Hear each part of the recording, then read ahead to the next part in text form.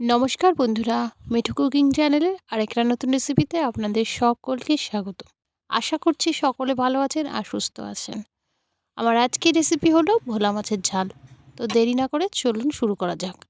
মাছটাকে অল্প করে লবণ আর হলুদ দিয়ে মেখে নেব। লবণ, হলুদ, এবার মাছগুলোকে মেখে নেব।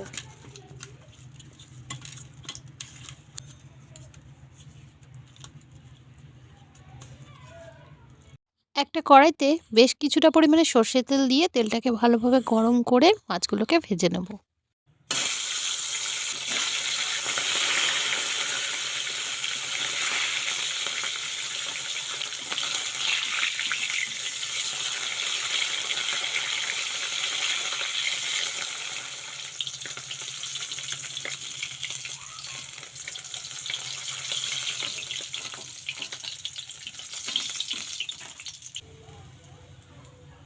মাছ ভেজে যে তেলটা বেঁচেছে সেই তেলটার মধ্যে আমি আরও কিছুটা পরিমাণে সর্ষের তেল দিয়ে তার মধ্যে পেঁয়াজ কুচি ফোড়ন দিয়ে দিলাম।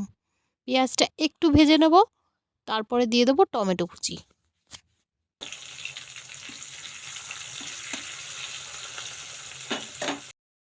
দেবো একটু লবণ, তাতে টমেটোটা নরম হয়ে যাবে।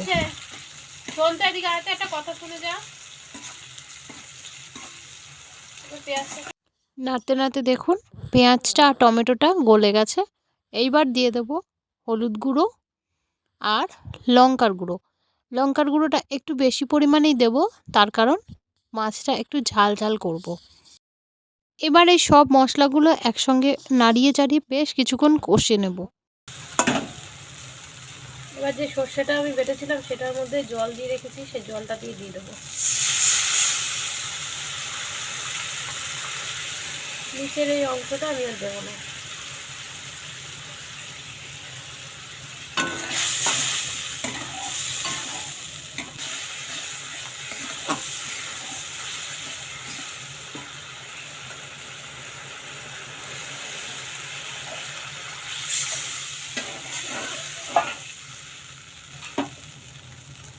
যেহেতু আমি এখানে মাছের ঝাল করছি তাই খুব বেশি জল আমি দিইনি, শুধু মাছগুলো ডোবার মতোই আমি জল দিয়েছি।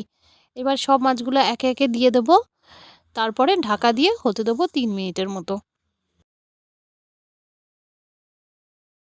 3 মিনিট পর ফিরে এলাম আর দেখুন ঝোলটা অনেকটাই টেনেছে।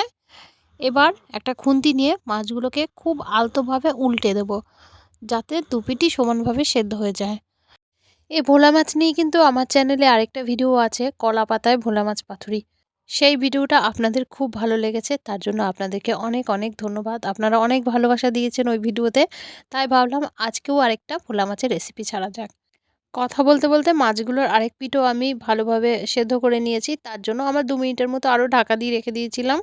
চলুন তাহলে এবার মাছগুলোকে সার্ভ করে নিই। একটা প্লেটে সব মাছ তুলে নিয়েছি, এবার উপর থেকে কিছুটা পরিমাণে গ্রেভি ছড়িয়ে দিয়েছি। দেখুন দেখতে কতটা লোভনীয় লাগছে। গরম গরম ভাতের সাথে এরকম যদি ঝাল থাকে না, এক থালা ভাত নিমিষেই খাওয়া হয়ে যাবে। কেমন লেগেছে আজকের ভিডিও বন্ধুরা, জানাতে কেউ ভুলবেন না কমেন্টে। যদি ভালো লাগে একটা লাইক করে দেবেন, আর রেসিপি সহজ মনে হলে একটা শেয়ার করতে অবশ্যই ভুলবেন না। চলুন আজকের মতো তাহলে আসি, দেখা হচ্ছে পরের ভিডিও নিয়ে।